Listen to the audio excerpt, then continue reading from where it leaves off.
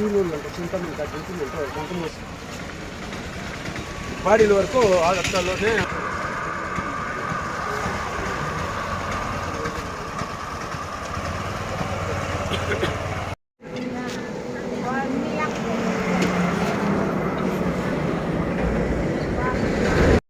మొత్తం అంతా హిందూపురంలో వాళ్ళు వీళ్ళందరినీ వేసుకొని వచ్చినాము.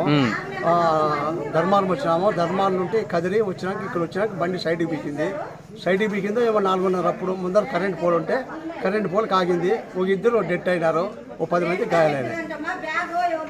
ఒళ్ళు క్యాదగించర్లు పేరు సార్ అంతా మొత్తం మిక్స్లో ఉన్నారు సార్.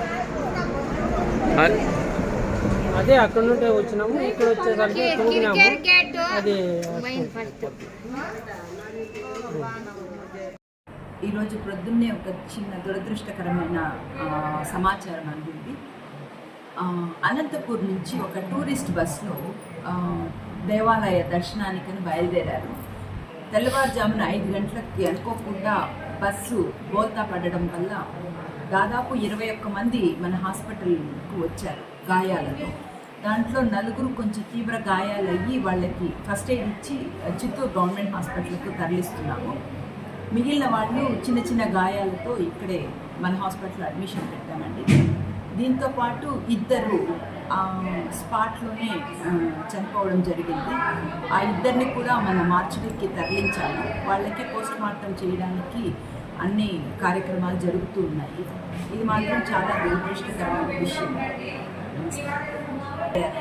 ఏదో దేవాలయ దర్శనాలకని బయలుదేరినట్టున్నారు. వీళ్ళ చుట్టాలందరూ బెంగళూరులో ఉన్నారంట. వాళ్ళు ఒకరొకరే వస్తున్నారు చూడడానికి. ఏ టైంకి వచ్చినారు? పేషెంట్స్ ఏ టైంకి వచ్చారు? 5 గంటలకు వచ్చారు. ఎర్లీ మార్నింగ్ 5 గంటలకు వచ్చారు.